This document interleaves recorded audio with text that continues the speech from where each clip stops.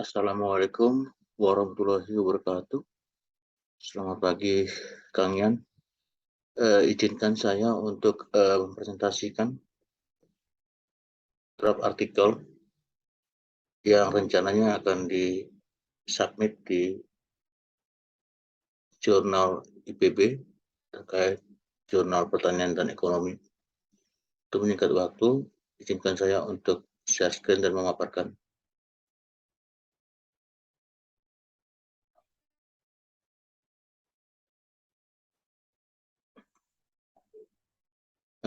Judul saya rubah.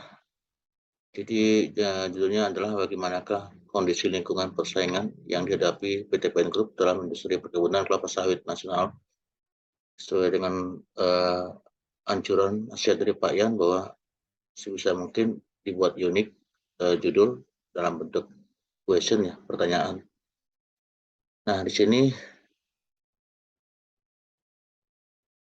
abstrak sudah saya susun.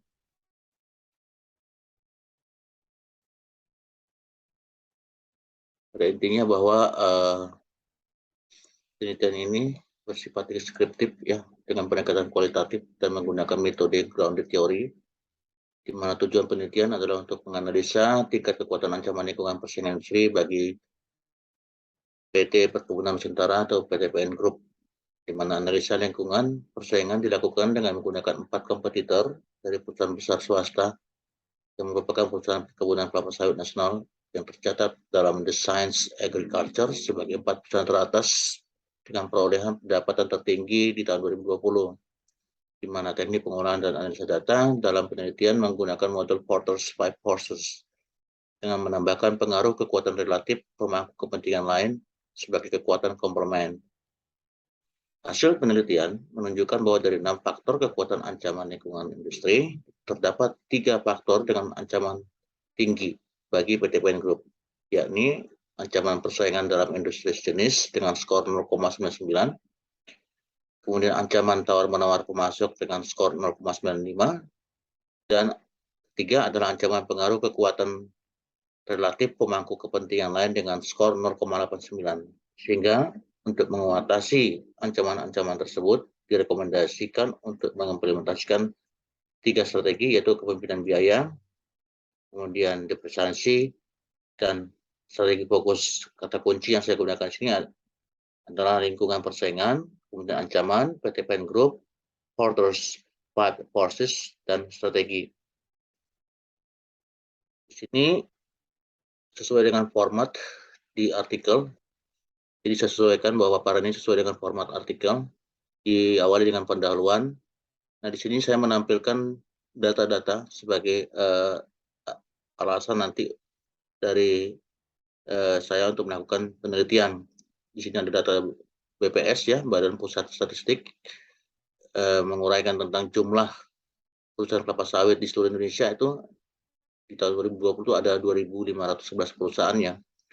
2.348 diantaranya adalah perkebunan besar swasta dan 163 itu adalah milik negara. Kemudian di sini juga disampaikan oleh BPS bahwa di tahun yang sama 2020 produksi CPO ya secara nasional itu didominasi oleh perkebunan besar swasta, yaitu sebesar 60,22%, kemudian disusul oleh perkebunan rakyat yang itu senilai 34,62%, dan sisanya itu diproduksi oleh perkebunan besar negara, hanya sekitar 5,16%. Kemudian di sini juga Direktur Jenderal Perkebunan Kementerian Pertanian menampilkan data bahwa luas perkebunan kelapa sawit itu di seluruh Indonesia berdasarkan status hak pengelolaannya itu adalah seluas 14.456.611 hektar.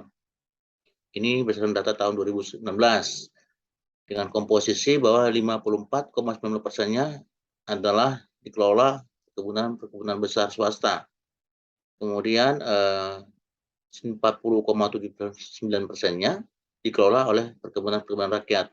Sementara perkebunan besar negara itu hanya mengelola sekitar 4,23%.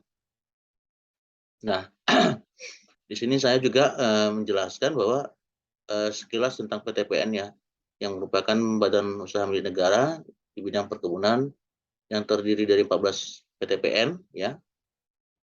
Kemudian yang lebih dikenal dengan nama PTPN Group yang bergerak di bidang pengelolaan, pengolahan dan pemasaran komoditi utama mereka adalah hasil perkebunan kelapa sawit, karet, tebu, teh, kopi, kakao, dan tembakau. Nah, di sini pemerintah menunjuk PTPN 3 itu sebagai holding perkebunan besar negara dengan kepemilikan saham sepenuhnya adalah 100% milik pemerintah Republik Indonesia. Kemudian adalah lanjutannya, ya, pendahuluan. Di sini saya mengurai data-data juga ya, bahwa di tahun 2001 tuh PTPN melaporkan komoditi kelapa sawit itu memiliki kontribusi sangat besar. Tahun 2020 itu kontribusi kelapa sawit ya, komoditi kelapa sawit beserta tunanya itu adalah 56,99% dari total penjualan seluruh komoditi perkebunan yang dihasilkan oleh PTPN Group. Kemudian ini naik di tahun 2021 menjadi 65%. Nah, berdasarkan fakta ini terindikasi bahwa memang komoditi kelapa sawit itu beserta produk-produknya merupakan komoditi andalan bagi PTPN Group.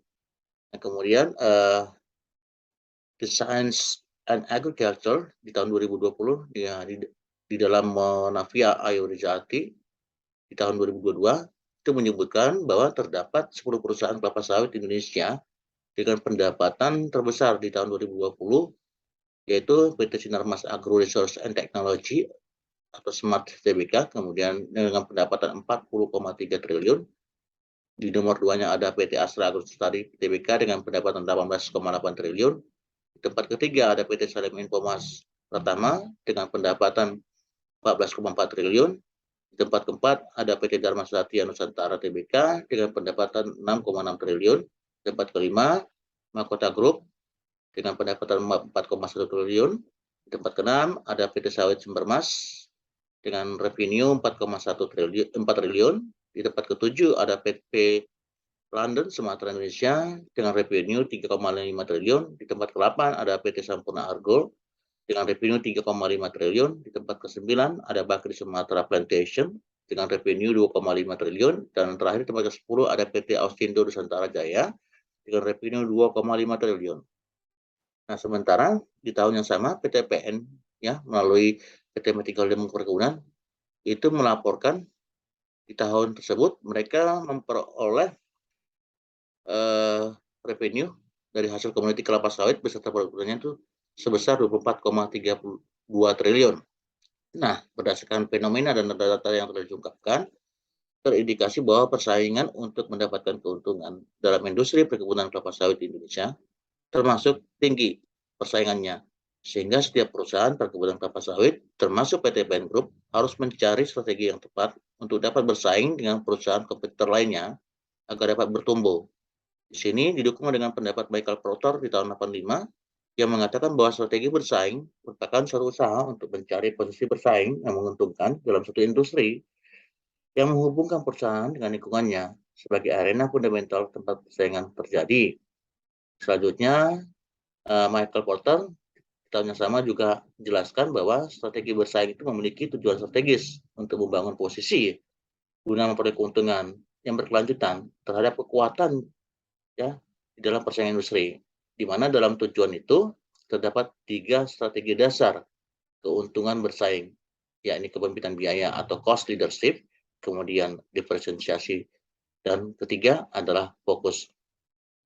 Nah, berdasarkan data-data tersebut dan fenomena yang ada, kemudian pendapat dari ahli Michael Porter ini, maka peneliti melakukan penelitian yang bertujuan untuk menganalisa kondisi lingkungan persaingan industri atau environmental screening of industry competitiveness yang terjadi pada industri perkebunan kelapa sawit di Indonesia dengan menganalisa persaingan PTPN Group terhadap kompetitor dari 4 perkebunan besar swasta sehingga diperoleh gambaran tentang kondisi tingkat kekuatan ancaman lingkungan industri bagi PTPN Group guna menentukan strategi bersaing yang tepat, di mana 4 perkebunan swasta yang dimaksud dalam penelitian ini adalah 4 perusahaan besar perkebunan kelapa sawit nasional yang memperoleh pendapatan tertinggi di tahun 2020, yaitu PT Smart Tbk PT Astra Argo Lestari, PT Salim Ipomas pertama, dan terakhir adalah PT Dharma Satya Nusantara. Nah, di sini metode penelitian yang digunakan adalah metode grounded theory, di mana penelitian ini adalah bersifat deskriptif dengan pendekatan kualitatif. Nah, di sini ada beberapa pendapat para ahli, Egan, ya, yang berpendapat tentang apa itu grounded theory, kemudian ada juga pendapat dari ahli lainnya. Kemudian saya langsung kepada data. Di sini data pada penelitian ini adalah bersifat data sekunder, ya, yang bersumber dari laporan-laporan tahunan dari tahun 2020, 2021 yang dilaporkan atau dipublikasikan ke 5 perusahaan tersebut, ya. 4 perusahaan kompetitor tadi, kemudian ditambah dengan perusahaan Persero PTPN 3. Nah, metode tadi ini masih lanjut dalam metode penelitian. Nah, di sini saya akan langsung menyebutkan tentang teknik pengolahan dan analisis data, itu menggunakan Porter's Five Forces, ya. Nah, dengan menambahkan pengaruh kekuatan relatif pemangku kepentingan lain sebagai kekuatan komplement. Nah, di sini juga Michael Porter mengatakan bahwa analisis Porter's Five merupakan analisis kekuatan suatu organisasi untuk mendapatkan keunggulan bersaing berdasarkan faktor-faktor eksternal. Nah, di mana supaya sebuah perusahaan itu mampu berkompetisi, itu ada 5 kekuatan ancaman yang harus dianalisa. Namun di sini peneliti menambahkan kekuatan keenam sebagai komplement, yakni pengaruh kekuatan relatif pemangku kepentingan lain, sehingga teknik pengolahan dan analisa data ini berubah menjadi Porter's Six Forces. Nah, di sini sesuai dengan format artikel yang sudah saya pelajari dari artikel-artikel sebelumnya yang sudah disubmit di jurnal tersebut, metode penelitian itu dicampur dengan semacam kajian literatur. Nah, di sini saya sudah menjelaskan apa itu Porter's Six Forces itu, ya, terdiri dari kekuatan ancaman, pendatang baru, yang kemudian di breakdown lagi menjadi ada 7 aspek, yaitu skala ekonomi, tingkat investasi, modal investasi, hingga ke pengaruh kebijakan regulasi pemerintahan. Nah, di kekuatan kedua itu ada ancaman persaingan dalam industri sejenis yang diurai menjadi 4 aspek, ya. Di sini ada jenis persaingan, kemudian ada jumlah pesaing, kemudian ada perbedaan kualitas, dan keempat ada perbedaan lain. Nah, di sini juga ada tentang kekuatan ancaman produk dan jasa pengganti di poin ketiga, kekuatan ketiga. Di poin keempat ada kekuatan ancaman atau menawar pembeli. Kelima ada kekuatan ancaman atau menawar pemasok. Keenam, yang terakhir yang ditambahkan oleh peneliti ini adalah kekuatan relatif pemangku kepentingan lain. Nah, kemudian hasil analisa ini nanti dari 6 kekuatan ini dilakukan pembobotan dan pemberian nilai rating pada masing-masing faktor, ya, di mana sebagai catatan total nilai bobot untuk keenam faktor tersebut harus 1, ya, sedangkan nilai rating untuk setiap faktor bisa berkisar dari 1 hingga ke 5, di mana 1 adalah nilai terendah dan 5 adalah nilai tertinggi. Sehingga nanti hasil perkalian bobot dengan rating pada masing-masing faktor kekuatan ancaman tersebut menghasilkan skor untuk masing-masing faktor yang kemudian diinterpretasikan dengan menggunakan penilaian atau value tingkat kekuatan ancaman yang terdiri dari 3 kategori, yaitu tinggi, sedang, atau rendah. Nah, ini adalah kerangka alur pemikiran saya sudah buatkan juga, ya, di mana intinya di sini adalah proses grounded theory itu dilakukan ketika untuk melakukan pemilihan penentuan strategi, ya, itu mengacu kepada teori, di mana tadi teori tersebut dominan adalah teori Diamond Porter's, ya, yang Porter's Five Forces tadi. Nah, ini adalah hasil. Di dalam hasil ini saya sudah buatkan tabel, ya. Jadi sebelum melakukan interpretasi di masing-masing faktor kekuatan tadi, yang saya urai berdasarkan aspek-aspek, ya, sesuai dengan pendapat Porter tadi, sesuai dengan teori. Nah, di sini hasil analisa saya tampilkan terkait dengan produktivitas dan utilisasi, ya, untuk kondisi skala ekonomi. Kemudian saya melakukan justifikasi, ya, dan justifikasi sebagai dasar untuk melakukan interpretasi. Nah, di sini untuk kendala kondisi skala ekonomi itu terkait dengan faktor ancaman pendatang baru, threat of new entrants. Itu pendatang baru itu untuk skala ekonomi ini ya harus mampu menyediakan modal keuangan yang sangat besar ya untuk membeli atau menyewa lahan kebun dalam skala ribuan atau belasan ribu hektar dan modal kerja pengolahan lahan berikut membangun pabrik kelapa sawitnya dan SDM pengelolaan yang kompeten agar mampu menyangi produktivitas PTPN dan perkebunan besar swasta lainnya yang sudah existing. Nah, di sini saya menginterpretasikan berdasarkan justifikasi ini bahwa untuk kondisi skala ekonomi, aspek skala ekonomi dalam faktor ancaman pendatang baru ini, interpretasinya adalah rendah atau low. Nah, untuk aspek berikutnya, ada tingkat depresiasi, modal investasi, beban umum. Sini sudah saya juga uraikan. Masing-masing memiliki justifikasi sebelum saya melakukan interpretasi penilaian. Seperti terlihat, ini adalah low semua berdasarkan justifikasi. Kemudian untuk aspek berikutnya, saya juga melakukan justifikasi. Nah, berdasarkan justifikasi ini, saya melakukan interpretasi penilaian. Nah, untuk satu faktor kekuatan tersebut dari 7 aspek ancaman ini, saya menyimpulkan semacam kesimpulan analisa ya, sebagai nanti dasar saya untuk melakukan interpretasi dalam satu faktor kekuatan ancaman tersebut.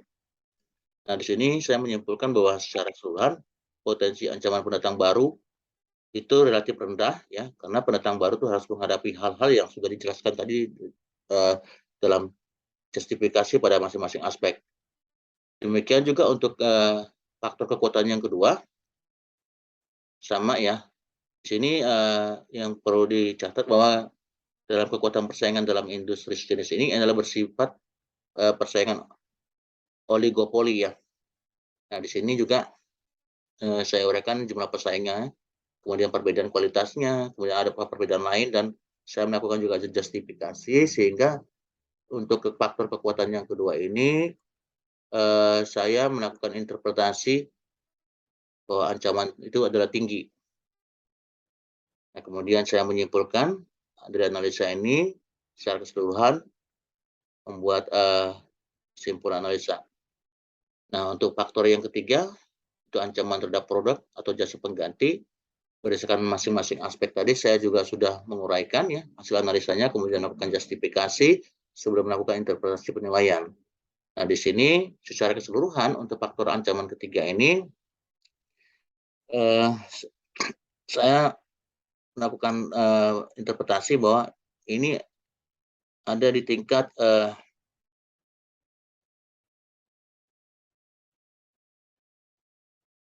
sedang ya, ada di tingkat sedang atau moderate, karena pada intinya argumen saya di sini setelah saya merekap ini sangat dipengaruhi dominan oleh lifestyle ya. Contoh perubahan lifestyle itu terkait penggunaan CPO itu adalah seperti sikap ya masyarakat Eropa yang melakukan black campaign terhadap CPO dengan alasan bahwa proses produksi CPO ini tidak ramah lingkungan. Nah, jadi ini saya menginterpretasi untuk satu faktor ini ya, merekap dari aspek tersebut tadi dalam penilaian sedang ya, tingkat sedang atau moderat. Demikian juga untuk faktor kekuatan keempat ya, kekuatan tawar menawar pembeli, bargaining power of buyers. Di sini ada 5 aspek ancaman. Saya melakukan justifikasi, kemudian interpretasi ancaman untuk masing-masing aspek dan menyimpulkan merekap justifikasi tersebut untuk satu faktor kekuatan di mana dalam tawar menawar ini relatif sedang ya, moderat ya, dengan alasan yang sudah dikemukakan untuk masing-masing aspek ancaman. Nah, di sini saya sudah menguraikan. Nah, mungkin bisa dilihat untuk menghemat waktu. Nah, untuk faktor yang kelima juga demikian ya, kekuatan tawar-menawar pemasok. Nah, sini untuk masing-masing aspek ancaman, saya sudah melakukan jelaskan hasil analisa dan melakukan justifikasi untuk masing-masing aspek. Kemudian berdasarkan justifikasi tersebut melakukan interpretasi ancaman. Di sini dominan adalah ancaman tinggi, sehingga saya menyimpulkan untuk faktor kekuatan tawar-menawar pemasok ini adalah tinggi. Nah, hal ini dominan disebabkan oleh kebutuhan dari PTPN Group ini, di mana 40% kebutuhan bahan baku TBS-nya atau tandan buah segarnya itu 40% dari kebutuhan produksi itu dipasok oleh perkebunan rakyat melalui agen-agen besar pemasok. Jadi 40% ini tidak bisa dipenuhi oleh kebun sendiri, sehingga mereka harus melakukan pembelian, dan persentase ini cukup besar, 40%. Nah, di sini saya sudah melakukan hasil analisa, justifikasi, dan menyimpulkan. Jadi untuk faktor kekuatan tawar-menawar ini relatif tinggi. Dan demikian ini faktor komplemen tadi, itu terkait dengan kekuatan pengaruh relatif pemangku kepentingan lain. Di sini saya juga sudah melakukan hasil analisa, menampilkan hasil analisa, melakukan justifikasi, kemudian melakukan interpretasi, penilaian, dengan kesimpulan untuk faktor ke-6 ini bahwa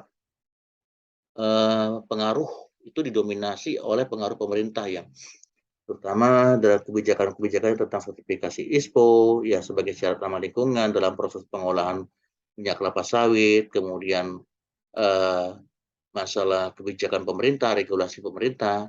Karena di sini yang perlu dicatat adalah harga CPO itu berorientasi kepada harga ekspor, di mana harga-harga ini ditentukan oleh pemerintah. Jadi peran pemerintah sangat besar sekali dalam penentuan harga CPO ya yang berorientasi ekspor. Jadi ketika dia bicara tarif ekspor CPO, maka itu akan sangat berpengaruh terhadap harga CPO nasional. Dan selanjutnya ini berimplikasi kepada bahan baku dari CPO itu sendiri yang disebut dengan tandan buah segar atau TBS. Jadi memang pengaruh relatif dari pemerintah ini sangat besar, sehingga secara keseluruhan untuk faktor ini saya menginterpretasikan tinggi. Nah, ini adalah tabel ya hasil analisis kekuatan seperti yang dilihat bahwa ada 3 ancaman yang sangat besar bagi PT Perkebunan Nusantara, PTPN Group ya. Itu ada ancaman persaingan dalam industri sejenis dengan skor 0,99, kemudian ada ancaman tawar-menawar pemasok dengan skor 0,95, kemudian yang terakhir adalah pengaruh kekuatan relatif pemangku kepentingan lain yang didominasi oleh pemerintah Indonesia selaku pemegang saham penuh 100% terhadap kepemilikan PTPN Group ini. Jadi total skornya itu adalah 4,01.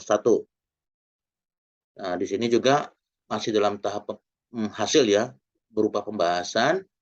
Di sini saya menguraikan bahwa tadi sudah terlihat bahwa ada 3 ancaman besar dengan scoring masing-masing. Kemudian di sini saya coba menyampaikan bahwa masing-masing penyebab dari tingginya ancaman tersebut ya,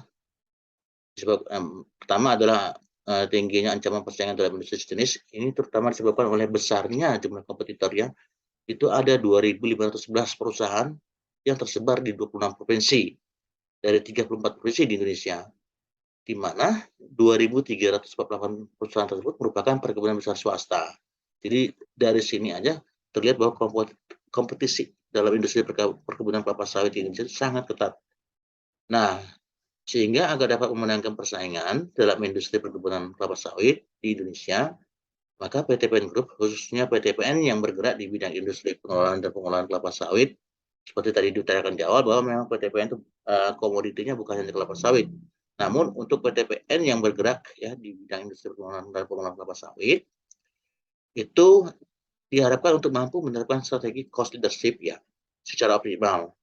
Ini dengan melakukan optimasi penghematan terhadap seluruh biaya operasional, khususnya meminimalkan pembengkakan pada biaya beban umum dan administrasi. Nah, di sini saya menampilkan data. Jadi, di samping saya merekomendasikan strategi yang dapat diterapkan, saya memiliki data untuk menjustifikasi rekomendasi strategi tersebut. Nah, di sini ada data yang bahwa terjadi pembengkakan biaya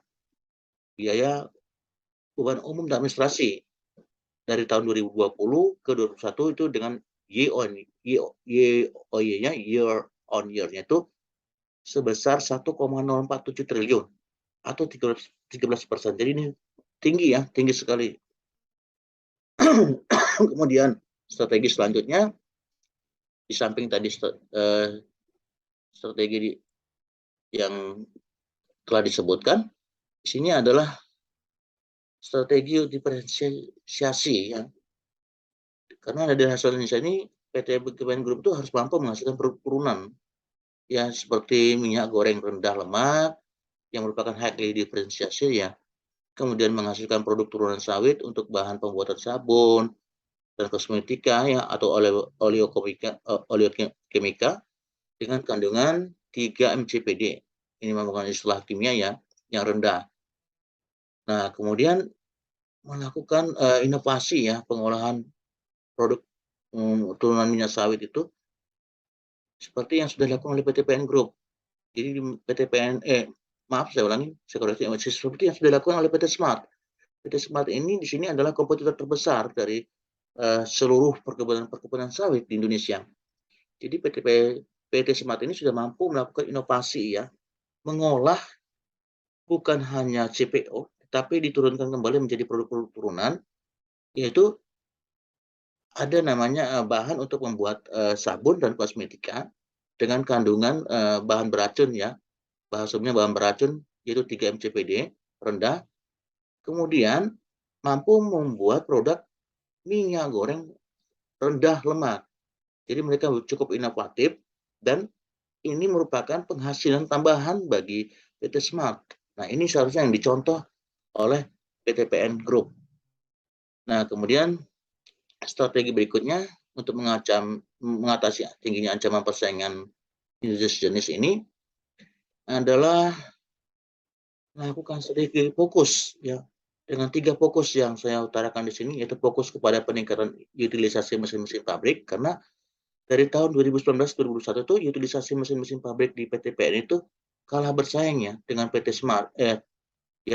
Tetap saya membandingkan PT Smart, di mana rata-ratanya itu 70,26% dari tahun 2019 hingga 2021, sementara PT Smart itu mampu mencapai rata-rata 93% utilisasi mesinnya.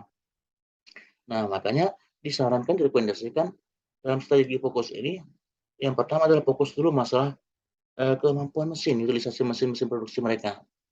Kemudian kedua, fokus kepada peremajaan tanaman kelapa sawit yang sudah tidak produktif lagi, di mana berdasarkan data hasil analisa menunjukkan bahwa hingga tahun 2021 itu masih terdapat tanaman kelapa sawit yang tidak produktif.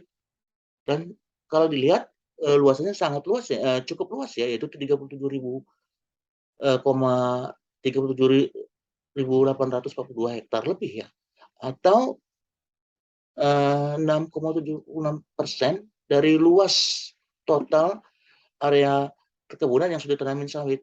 Nah, ini berdasarkan data Desember 2021.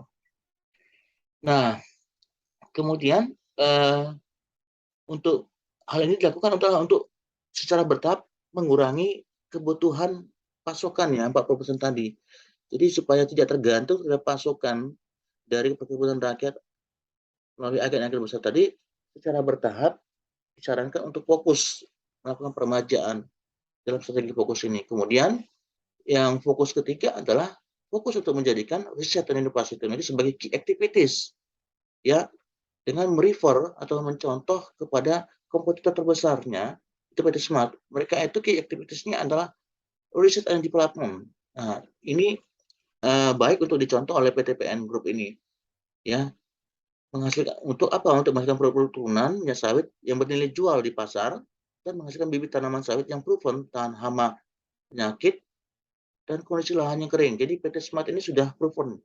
Mereka sudah membuat inovasi bibit tanaman kelapa sawit yang sudah ditanam dan teruji tahan terhadap hama, penyakit, dan tahan terhadap kondisi lahan yang kering pada saat musim kemarau, yang mereka beri nama bibit tanaman EK1 dan EK2. Nah, inilah yang seharusnya patut dicontoh ya oleh PT PN Group.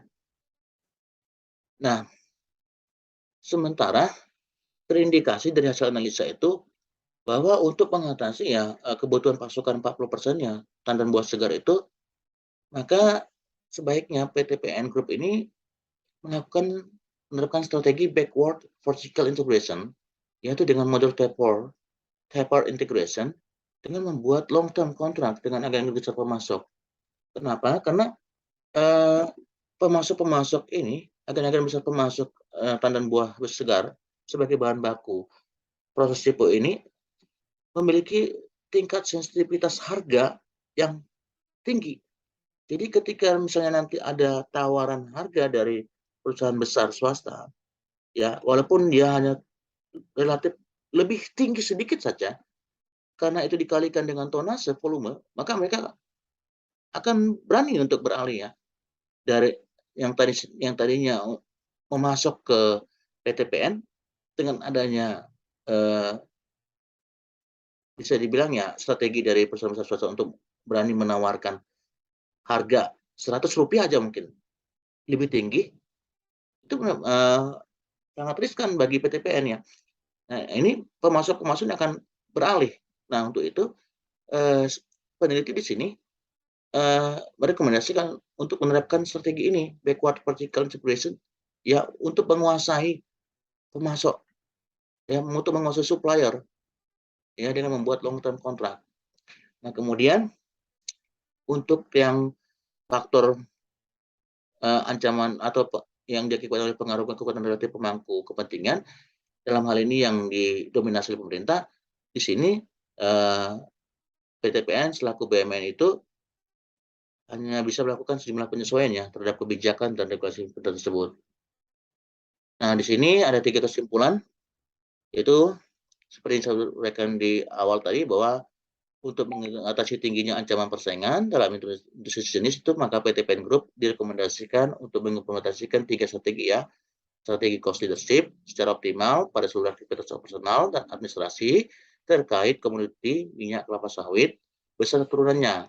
Kemudian strategi diferensiasi untuk menghasilkan produk-produk turunan sawit yang bernilai jual dengan highly diferensiasi. Kemudian strategi fokus, ini fokus kepada peningkatan utilisasi mesin produksi, peremajaan tanaman yang tidak produktif, kemudian fokus untuk melakukan research and development R&D.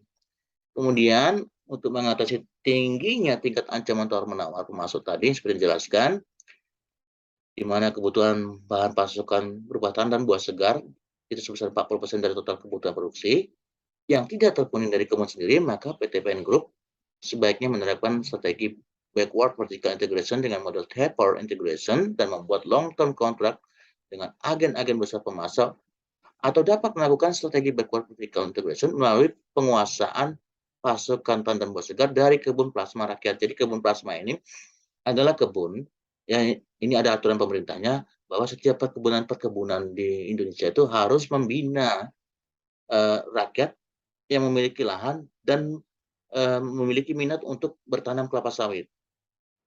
Nah, modal inti itu adalah dari perusahaan-perusahaan besar, termasuk di sini PTPN. Nah, ini bisa dimanfaatkan oleh PTPN ya untuk menguasai pasokan tersebut melalui strategi backward vertical integration tadi. Ya, jadi dia menguasai pasokan dari kebun-kebun plasma rakyat. Kemudian seperti saya sebutkan tadi, untuk yang ketiga, untuk mengatasi tingginya pengaruh pemangku relatif dalam hal ini yang didominasi pemerintah, itu terutama dalam penetapan harga ekspor CPO dan harga CPO di dalam negeri, termasuk bahan bakunya itu tanam buah segar, itu PTPN di sini hanya bisa melakukan sejumlah penyesuaian yang terhadap kebijakan dan regulasi tersebut. Nah, di sini ada 2 saran yang saya sampaikan. Saran pertama adalah bersifat akademis, ya bagi peneliti yang berminat untuk melanjutkan penelitian ini, disarankan untuk menggunakan teknik analisis yang lain ya dalam pengolahan dan analisa data, seperti dengan menggunakan BCG Share Matrix atau dengan menggunakan penelitian yang bersifat kuantitatif ya dengan menggunakan pengujian secara statistikal untuk mempertajam hasil penelitian yang telah dilakukan ini. Kemudian saran kedua itu bersifat saran konstruktif ya kepada PTPN 3 Persero selaku holding PTPN Group supaya menjadikan riset dan inovasi teknologi sebagai key activity ya untuk menciptakan keunggulan kompetitif perusahaan serta menerapkan budaya efisiensi. Jadi ini yang harus dilakukan secara simultan, ya, melakukan research and development, kemudian menerapkan budaya efisiensi. Nah, di sini saya juga melampirkan daftar pustaka, ya, ada dari buku, kemudian saya sesuaikan ya dengan teori tadi bahwa termasuk juga artikelnya itu yang terkait dengan 5 forces. Termasuk juga di sini adalah ada perpustakaan ini adalah website ya dari mana saya mendapat informasi, termasuk sumber-sumber laporan tahunan dari kelima perusahaan tersebut. Nah, demikian Pak Yan yang dapat saya sampaikan. Mohon masukan dan arahannya karena saya memang berniat dan berjuang untuk mengajukan artikel ini, insya Allah bisa dieksekutif, diterima di jurnal IPB yang sedang saya tuju ini. Demikian Pak Yan, lebih kurangnya saya mohon maaf. Assalamualaikum warahmatullahi wabarakatuh.